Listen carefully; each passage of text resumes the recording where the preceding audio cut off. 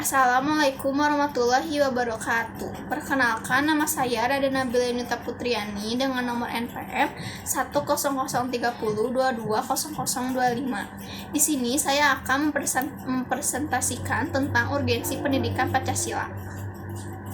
Pendidikan Pancasila merupakan salah satu wahana yang sangat potensial dan merujuk pada pesan konstitusi dan amanat Undang-Undangan Perguruan Tinggi, pesan konstitusi yang berdasarkan kepada Undang-Undang 1945 yang berisi melakukan pembangunan bangsa dan pembangunan karakter.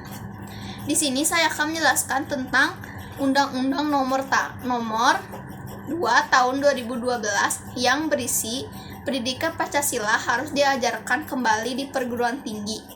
Kedua, difokuskan untuk membina pemahaman penghayatan mahasiswa mengenali ideologi bangsa Indonesia. Nah, tentang urgensi pendidikan Pancasila, yang pertama, tonggak sejarah perjuangan bangsa Indonesia yang perlu kita ambil nilai-nilainya adalah 1. Kebangkitan nasional tahun 1908. Nah, 20 Mei 1908 awal kebangkitan bangsa Indonesia yang memiliki nilai persatuan dan kesatuan. Yang kedua, Sumpah Pemuda tahun 1928 yang menegaskan bahwa Indonesia bisa bersatu dalam keanekaragaman dengan menjadikannya modal memperkuat persatuan dan kesatuan. Yang ketiga, Proklamasi Kemerdekaan 17 Agustus 1945 merupakan jembatan emas dalam membangun bangsa mencapai cita-cita nasional, yaitu menuju masyarakat yang adil, makmur, dan sejahtera. Nah, kita sebagai masyarakat Indonesia atau generasi muda Indonesia harus mematuhi dan mengerti nilai-nilai Pancasila yang dipegang teguh oleh masyarakat Indonesia dan generasi muda Indonesia.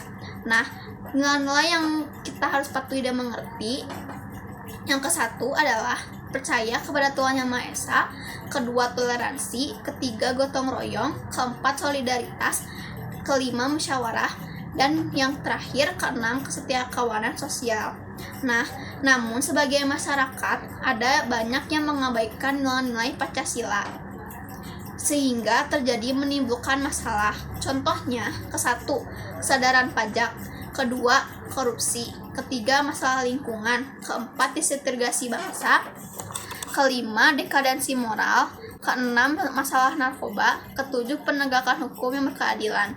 Nah, faktor yang mempengaruhi penegakan hukum yang berkeadilan itu yang ke-1 faktor hukum, kedua faktor penegakan hukum, ketiga faktor sarana atau fasilitas, kelima faktor masyarakat, dan yang keenam faktor kebudayaan. Nah, nilai-nilai yang sering mengabaikan masyarakat itu yang terakhir adalah terorisme. Nah, materi yang selanjutnya akan saya bahas adalah kegiatan rintisan gagasan untuk mencari sintesis antar ideologi negara. Apa maksudnya? Maksudnya adalah fakta-fakta pemikiran tentang konsep ideologi yang jauh sebelum para tokoh kebangsaan bersidang pada Badan Penyelidik Usaha tahun 1945. Nah, fakta-fakta pemikiran yang ke-1 adalah sejak 1924 Perhimpunan Indonesia merumuskan konsepsi ideologi politik ada 4 prinsip, yaitu 1. Persatuan nasional, kedua non-kooperasi, ketiga kemandirian, dan yang keempat solidaritas. Nah, fakta-fakta pemikiran yang kedua adalah Tan Malaka sejak tahun 1924. Beliau menulis buku yang berjudul Nar de Republik Indonesia atau yang artinya Menuju Republik Indonesia. Dalam buku tersebut berisi penekanan bahwa paham kedaulatan rakyat atau demokrasi memiliki akar yang kuat dalam tradisi masyarakat Nusantara. Nah, fakta pemikiran yang ketiga adalah Djokroaminoto. Beliau mulai mengidealisasikan suatu sintesis antara Islam, sosialisme, dan demokrasi. Nah, fakta pemikiran yang keempat adalah Ilyas Jakub dan Mukhtar Lutfi. Beliau pemimpin Perhimpunan Mahasiswa Nusantara di Kairo. Nah, sepulangnya setanah air, beliau mendirikan Persatuan Muslim Indonesia atau yang disebut PMI pada tahun 1933. Nah, materi yang selanjutnya akan saya bahas adalah pengertian dasar negara.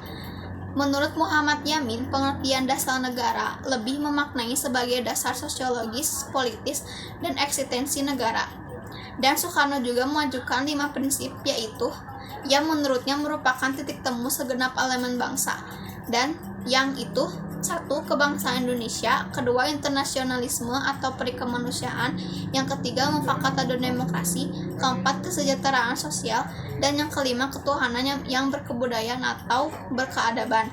Nah, kelima prinsip itu Soekarno menamakan dengan prinsip Pancasila.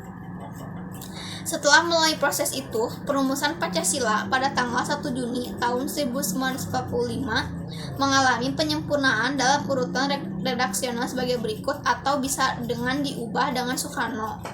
Nah, yang ke-1, prinsip ketuhanan dipindah dari sila kelima menjadi sila pertama, ditambah dengan kalimat dengan kewajiban menjalankan syariat Islam bagi pemeluknya. Nah, yang kedua, prinsip internasionalisme atau perikemanusiaan tetap diletakkan pada sila kedua dengan redaksi disempurnakan menjadi kemanusiaan yang adil dan beradab. Nah, yang ketiga, prinsip kebangsaan Indonesia berubah posisinya dari sila pertama menjadi sila ketiga dari rumusannya menjadi Persatuan Indonesia. Yang keempat, prinsip mufakat atau demokrasi berubah posisi dari sila ketiga menjadi sila keempat dengan rumusan baru menjadi kerakyatan yang dipimpin oleh hikmat kebijaksanaan dalam pemusyawaratan dan perwakilan. Nah, yang kelima adalah prinsip kesejahteraan sosial berubah posisinya dari sila keempat menjadi sila kelima dan bunyinya menjadi keadilan sosial bagi seluruh rakyat Indonesia. Sekian dari presentasi saya. Mohon maaf bila ada kesalahan kata. Assalamualaikum warahmatullahi wabarakatuh.